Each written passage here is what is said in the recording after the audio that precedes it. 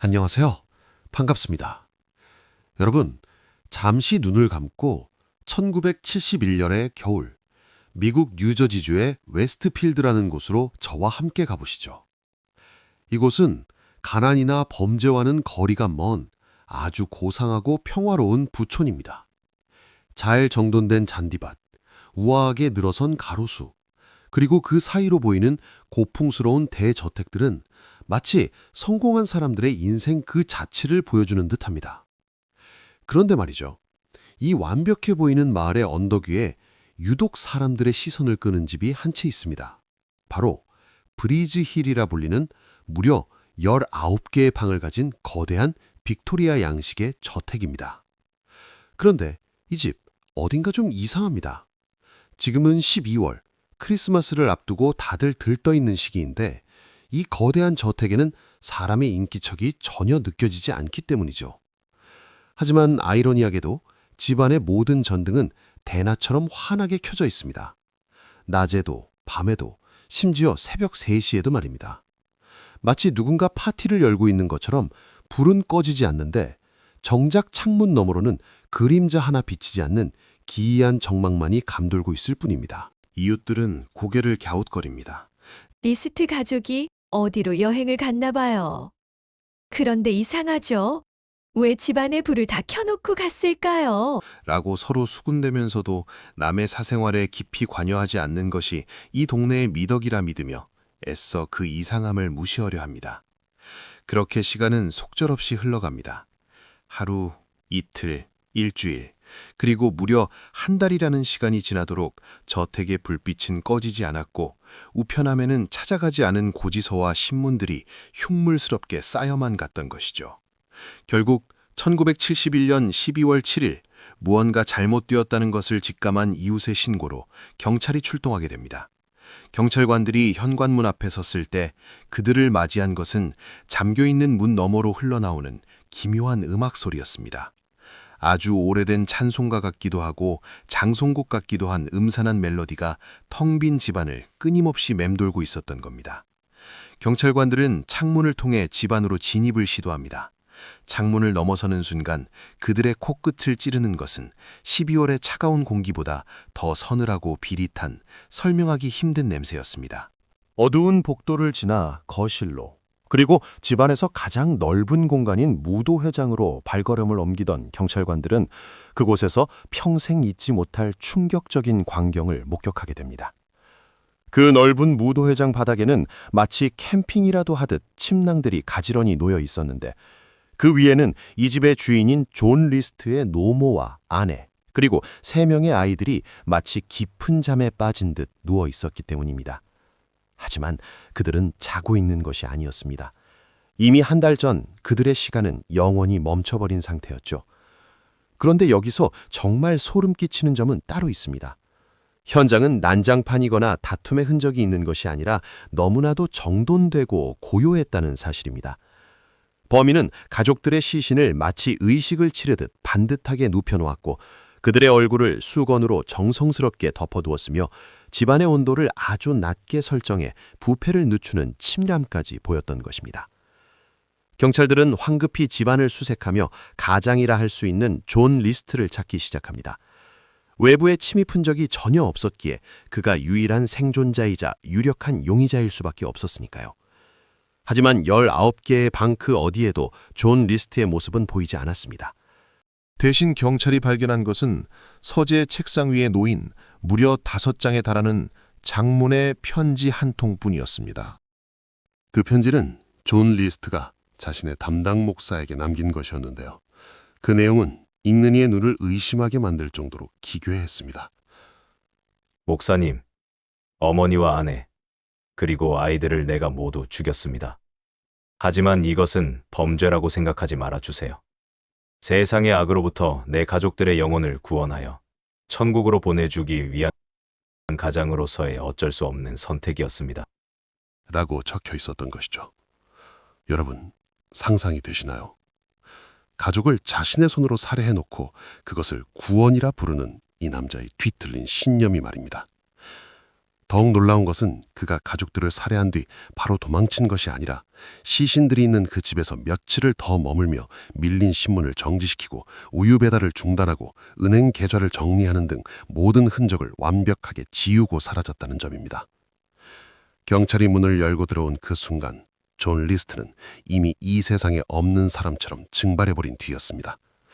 그는 자신의 얼굴이 나온 모든 가족 사진을 오려내어 가져갔고 그렇게 18년이라는 긴 세월 동안 누구도 찾을 수 없는 유령이 되어버립니다. 도대체 겉보기엔 독실한 기독교 신자이자 성공한 회계사였던 그가 왜 하루아침에 가족을 몰살하고 악마가 되어야만 했을까요? 그리고 그는 18년 동안 어디서 누구의 이름으로 숨어 살았던 걸까요? 지금부터 우리는 존 리스트라는 한 인간의 내면 깊숙이 자리 잡은 차갑고도 어두운 시면을 들여다보려 합니다. 준비되셨나요? 그럼 닫혀있던 브리지 힐의 문을 활짝 열고 그 비극의 시작점으로 들어가 보겠습니다. 사건이 벌어지기 전으로 시간을 조금만 되돌려 보겠습니다. 이웃들이 기억하는 존 리스트는 어떤 사람이었을까요? 만약 여러분이 당시 웨스트필드에 살았다면 아마 그를 이보다 더 완벽할 수 없는 신사라고 평가했을지도 모릅니다. 그는 언제나 칼같이 다림질된 양복을 입고 다녔고 뿔테 안경 너머의 눈빛은 지적이었으며 일요일이면 어김없이 가족들을 태우고 교회로 향하는 독실한 루터교 신자였으니까요.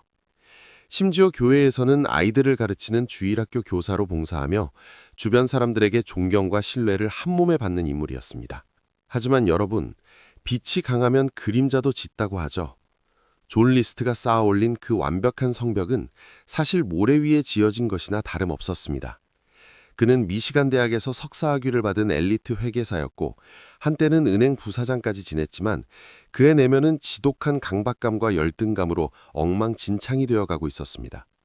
그는 자신에게 주어진 가장이라는 무게를 너무나 무겁게, 아니 비정상적으로 받아들이고 있었던 겁니다. 남자는 가족을 완벽하게 부양해야 하며 남에게 아쉬운 소리를 해서는 안 된다. 또한 실패한 모습을 보이는 것은 절대 안 되는 것이다. 이런 강박적인 신념은 그를 숨막히게 조여왔습니다. 사실 사건이 발생하기 1년 전부터 그의 인생은 걷잡을 수 없이 추락하고 있었습니다. 다니던 직장에서 해고를 당한 것이죠. 42세라는 적지 않은 나이에 실직자가 되었다는 사실은 자존심 강한 존 리스트에게는 사형 선고나 마찬가지였습니다. 보통의 사람이라면 가족에게 솔직하게 털어놓고 함께 대책을 마련했을 테지만 그는 달랐습니다. 그는 자신의 실패를 인정하는 것을 죽기보다 싫어했기 때문입니다. 그때부터 존 리스트의 기이하고도 슬픈 연극이 시작됩니다. 그는 매일 아침 평소와 다름없이 정장을 차려입고 서류 가방을 챙겨들고 집을 나섰습니다. 아내와 아이들에게 다녀오리다 라고 인사를 건네면서 말이죠. 하지만 그가 향한 곳은 회사가 아니었습니다. 그는 기차역으로 가서 하루 종일 벤치에 앉아 신문을 읽거나 도서관 구석에 처박혀 시간을 때우며 퇴근 시간이 되기만을 기다렸던 것입니다. 상상이 되시나요? 차가운 기차역 벤치에 앉아 지나가는 사람들의 눈을 피하며 샌드위치로 끼니를 때우는 그 초라한 모습을요. 하지만 저녁이 되어 집에 돌아오면 그는 다시 성공한 가장의 가면을 쓰고 아무 일도 없었다는 듯 행동했습니다. 이 이중 생활을 유지하기 위해 그는 어머니의 통장에서 몰래 돈을 빼내 생활비로 썼고 그것도 모자라 빚을 내기 시작했습니다. 물론 그에게도 기회는 있었습니다. 아내 헬렌에게 사실대로 말하고 저택을 팔아 작은 집으로 이사를 가거나 아내가 일을 하도록 했다면 비극은 막을 수 있었을지도 모릅니다. 하지만 존 리스트에게 그것은 있을 수 없는 일이었습니다. 그는 아내가 일을 하는 것은 가장으로서 자신의 무능함을 증명하는 것이라 여겼고 가난해져서 복지수당을 받는 것은 가문의 수치라고 생각했습니다. 설상가상으로 집안 분위기마저 그를 벼랑 끝으로 내몰았습니다.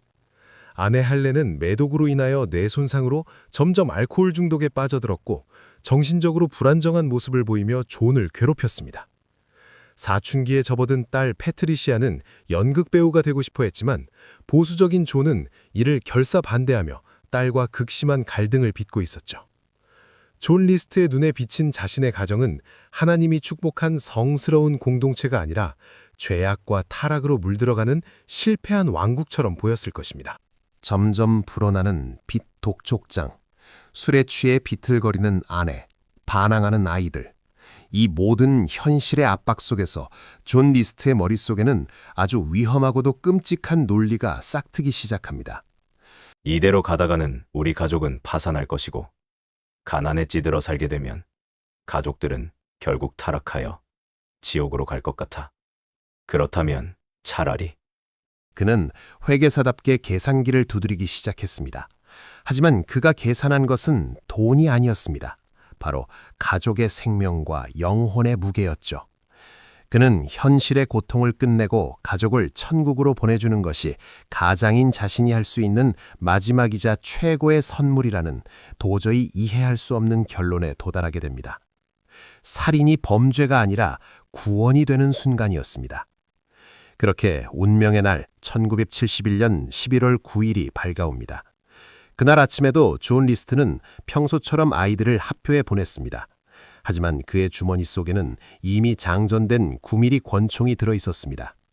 차가운 금속의 감촉을 느끼며 그는 부엌에서 커피를 마시고 있는 아내의 등 뒤로 천천히, 아주 천천히 다가갑니다. 1971년 11월 9일 화요일 아침. 여느 때와 다름없는 평범한 하루가 시작되었습니다. 아이들은 학교에 갈 체기를 서둘렀고 아내 헬렌은 부엌에서 커피 향을 피워올리고 있었죠.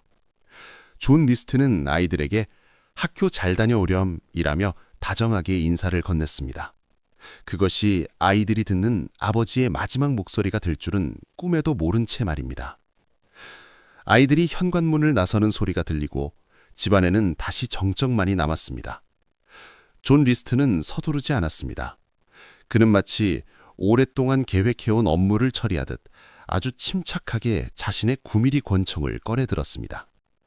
그리고 부엌 식탁에 앉아 커피를 마시고 있던 아내 헬렌의 뒤로 다가갔습니다. 망설임? 죄책감? 그런 것은 없었습니다. 단 한 발의 총성, 그것으로 헬렌의 시간은 멈췄습니다. 하지만 존 리스트의 업무는 이제 막 시작된 참이었습니다. 그는 곧바로 3층으로 발걸음을 옮깁니다. 그곳에는 84세의 노모, 알마가 살고 있었죠. 아침 식사를 준비하고 있던 어머니에게 다가간 그는 아내에게 했던 것과 똑같은 방식으로 차가운 작별 인사를 고합니다. 어머니, 이제 편히 쉬세요. 그것은 살인이라기보다는 마치 고장난 기계의 전원을 끄는 것만큼이나 무미건조한 행위였습니다. 집안의 두 여인을 처리한 존 리스트. 그런데 여기서부터 그의 행동은 우리의 상식을 완전히 벗어납니다. 보통의 범죄자라면 당황하거나 도망칠 준비를 했을 텐데요. 그는 시신을 무도회장으로 옮겨 반듯하게 눕혀놓은 뒤 부엌으로 돌아가 바닥에 묻은 핏자국을 닦아내기 시작했습니다. 아주 꼼꼼하게 말이죠. 그리고 그는 배가 고프다고 느꼈습니다. 그는 아내와 어머니를 죽인 그 손으로 식빵을 꺼내고 햄과 치즈를 넣어 자신이 먹을 샌드위치를 만들었습니다. 그리고 식탁에 앉아 우유와 함께 천천히 점심 식사를 즐겼습니다. 방금 전까지 아내가 앉아있던 바로 그 자리에 앉아서 말입니다. 식사를 마친 후에는 접시를 개수대에 놓고 설거지까지 깨끗하게 마쳤습니다. 건조대에 가지런히 놓인 접시들. 이 소름 끼치는 평범함이 느껴지시나요? 오후가 되자 아이들이 하나둘씩 학교에서 돌아오기 시작합니다. 16살 딸 패트리시아와 13살 아들 프레데릭. 그들은 현관문을 열며 다녀왔습니다 라고 외쳤을 겁니다. 하지만 집안은 쥐 죽은 듯 조용했겠죠. 이상함을 느끼며 거실로 들어선 아이들을 맞이한 것은 어둠 속에 서 있는 아버지 존 리스트였습니다. 그는 아이들에게 설명할 기회조차 주지 않았습니다. 자신의 혈육인 아이들마저 차례대로 너무나도 허무하게 쓰러뜨렸습니다. 이제 마지막 한 명, 막내 아들 존 주니어만이 남았습니다. 학교 축구 시합이 있어 평소보다 늦게 귀가한 존 주니어. 그는 아버지가 가장 아끼는 아들이었습니다. 집으로 돌아온 아들을 본 존 리스트는 잠시 망설였을까요? 아니요. 오히려 그는 아들에게서 악마의 형상을 보았다고 훗날 진술합니다. 존 주니어는 본능적으로 위험을 감지하고 도망치려 했지만 아버지는 자비가 없었습니다. 무려 10발의 총성, 다른 가족들과 달리 막내 아들에게는 수차례 총을 발사하며 잔혹함을 보였습니다. 모든 구원의 의식이 끝났습니다. 5구의 시신은 무도회장의 침낭 위에 나란히 눕혀졌습니다.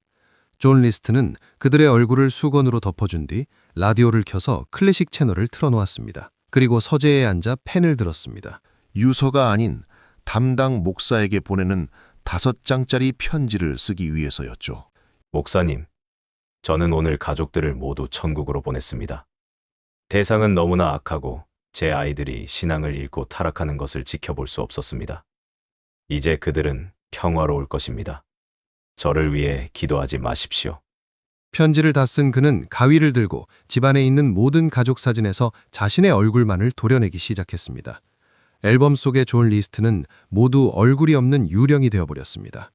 이것은 무엇을 의미할까요? 자신의 존재 자체를 지워버리겠다는 의지였을까요?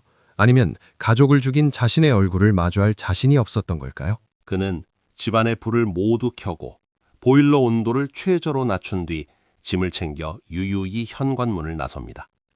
뒤도 돌아보지 않고 말이죠. 그렇게 존 리스트는 어둠 속으로 사라졌고 브리지 힐 저택에는 영원히 끝나지 않을 것 같은 장송곡만이 울려 퍼지게 됩니다. 존 리스트가 사라진 이후 경찰과 FBI는 미국 전역을 뒤졌습니다. 하지만 그는 마치 연기처럼 증발해버렸습니다. 목격자도 없는 완벽한 실종. 그렇게 1년이 지나고 5년이 지나고 10년이 흘렀습니다. 사람들의 기억 속에서 브리지 힐의 비극이 서서히 잊혀갈 무렵 사건 발생 18년 만인 1989년 이 낡은 파일 하나가 다시 책상 위로 올라오게 됩니다. 바로 미국의 전설적인 미제 사건 프로그램 America's Most Wanted 제작진의 손에 의해서 말이죠. 하지만 제작진에게는 큰 난관이 있었습니다. 그들이 가진 존 리스트의 사진은 무려 18년 전, 그것도 흑백 사진뿐이었습니다. 40대였던 범인은 이제 60대 노인이 되었을 텐데 과연 18년 전의 얼굴로 그를 찾을 수 있을까요? 불가능에 가까운 일이었죠. 그래서 그들은 최후의 수단으로 한 남장을 찾아갑니다. 바로 법의학 조각가 프랭크 벤더였습니다. 프랭크 벤더는 단순한 조각가가 아니었습니다. 그는 범죄자의 심리를 꿰뚫어보고 그들의 노화된 얼굴을 예측하여 흉상을 만드는 영혼의 추적자였습니다. 그는 존 리스트의 낡은 사진과 사건 기록을 며칠 밤낮으로 연구했습니다. 그리고 그는 존 리스트라는 인간의 본질을 파고들기 시작했습니다. 이 남자는 자존심이 세고 깐깐하며 완벽주의자일 가능성이 높아 보이는군. 그는 18년이 지났어도 절대 변하지 않은 무언가가 반드시 있을 거야. 그것을 찾아내야만 해. 프랭크 벤더는 점토를 빚으며 존 리스트의 60대 얼굴을 상상했습니다. 젖은 눈가, 고집스럽게 굳게 담은 입술, 그리고 듬성듬성해진 머리카락. 그런데 여기서 벤더는 아주 기막힌 디테일 하나를 추가합니다. 바로 안경이었습니다. 존 리스트는 과거에 두꺼운 뿔테 안경을 썼어. 그의 보수적인 성격이 유행이 바뀌었다고 해서 얇은 금태 안경이나 렌즈를 끼진 않았을 거야. 반드시 여전히 촌스럽고 투박한 검은색 뿔테 안경을 고집하고 있을 거야. 벤더는 벼옥시장을 뒤져서 존 리스트가 썼을 법한 낡은 뿔테 안경을 구해 흉상에 씌웠습니다. 그렇게 완성된 흉상은 소름 끼칠 정도로 살아있는 사람 같았습니다. 마치 존 리스트가 점토가 되어 벤더를 노려보고 있는 듯했죠. 1989년 5월 21일 드디어 운명의 방송이 전파를 탔습니다. TV 화면에는 프랭크 벤더가 만든 흉상이 클로즈업 되었습니다. 그리고 기적은 방송이 나간 지 2주도 채 되지 않아 일어났습니다. 버지니아주 리치먼드에 사는 한 여성이 방송을 보고 전화를 걸어온 것입니다. 저 흉상 우리 이웃집에 사는 밥 아저씨랑 너무 똑같으네요?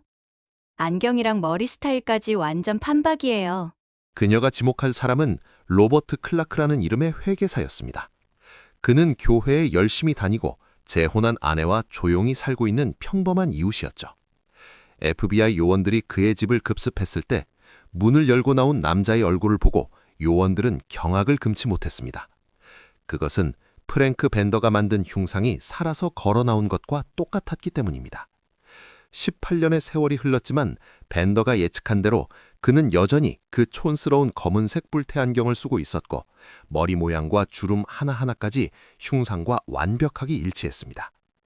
예술가의 직감이 과학 수사를 뛰어넘어 악마의 가면을 벗겨낸 순간이었습니다. 하지만 체포되는 순간에도 존 리스트는 당당했습니다. 그는 자신이 존 리스트가 아니라 로버트 클라크라고 끝까지 잡아댔습니다. 지문을 대조하여 신원이 확인된 후에도 그는 요지부동이었습니다. 마치 자신이 만들어낸 가짜 인생에 스스로 최면을 건 것처럼 말이죠. 그는 18년 동안 어떻게 살았을까요? 놀랍게도 그는 이름을 바꾸고 다시 회계사로 취직하고 다시 교회에 나가고 심지어 다시 결혼까지 했습니다. 과거의 가족을 몰살하고 도망쳐서 또 다른 곳에 똑같은 세트를 지어놓고 연극을 하고 있었던 겁니다. 그에게 가족은 대체 가능한 부속품에 불과했던 걸까요? 경찰차에 태워지는 그의 표정은 너무나 평온했습니다. 죄책감이나 후회의 기색은 전혀 찾아볼 수 없었죠. 그는 아마 속으로 이렇게 생각했을지도 모릅니다. 나는 완벽하게 숨었다고 생각했는데 도대체 어떻게 나를 찾은 거지? 1990년 드디어 존 리스트가 법정에 섰습니다. 18년 전 브리지 힐의 저택에서 사라졌던 그 남자가 백발의 노인이 되어 다시 세상 앞에 모습을 드러낸 것입니다. 방청석은 분노한 시민들과 기자들로 가득 찼고 모두가 그가 입을 열어 미안하다, 잘못했다라고 말하기를 기다렸습니다. 하지만 존 리스트는 끝까지 존 리스트였습니다. 판사 앞에서도 배심원들 앞에서도 그의 태도는 너무나 당당하고 차분했습니다. 변호인은 그가 외상후 스트레스 장애나 정신질환을 앓고 있었다고 주장하려 했지만 존 리스트 본인의 입에서 나온 말은 그 모든 변명을 무색하게 만들었습니다. 저는 가족을 죽인 것이 아닙니다. 그들을 죄악으로 가득 찬 이 세상에서 구원하여 안전한 천국으로 보내준 것입니다. 만약 그때 제가 그들을 죽이지 않았다면 그들은 가난에 찌들어 신앙을 잃고 지옥에 갔을 겁니다. 저는 가장으로서 해야 할 일을 했을 뿐입니다. 여러분 들리시나요? 이 지독하고도 끔찍한 자기 합리화가 말입니다. 그는 살인을 저지른 살인마가 아니라 가족을 위해 희생한 순교자처럼 행동했습니다. 심지어 그는 나는 매일 밤 가족들을 위해 기도했다며 눈물을 글썽이기까지 했습니다. 하지만 그 눈물은 가족에 대한 그리움이 아니라 아무도 자신의 숭고한 뜻을 알아주지 않는다는 억울함의 눈물이었습니다. 판사는 그에게 법정 최고형인 첫 번째 살인죄 가석방 없는 종신형, 두 번째 살인죄 가석방 없는 종신형, 세 번째 살인죄 가석방 없는 종신형, 네 번째 살인죄 가석방 없는 종신형, 다섯 번째 살인죄 가석방 없는 종신형을 선고한다. 가족 한 명당 한 번의 생애를 감옥에서 보내라는 뜻이었죠. 판사는 판결문에서 이렇게 덧붙였습니다. 당신의 아내와 어머니, 세 자녀는 당신에게서 사랑과 보호를 기대했지만 죽음을 맞이했습니다. 그들에게 변명할 기회조차 주지 않았고 그들의 미래를 빼앗았으며 그들이 살아갈 수 있었던 수십 년의 시간을 앗아간 것입니다. 당신이 18년 동안 도망다니며 새로운 삶을 살았다는 것은 양심과 인격이 없는 짐승만도 못한 인간입니다. 그렇게 그는 감옥이라는 좁은 세상에 갇히게 됩니다. 하지만 감옥 안에서도 그는 여전히 기이했습니다. 동료 수감자들과 어울리지 않고 하루 종일 성경을 읽거나 혼자만의 세계에 빠져 지냈죠.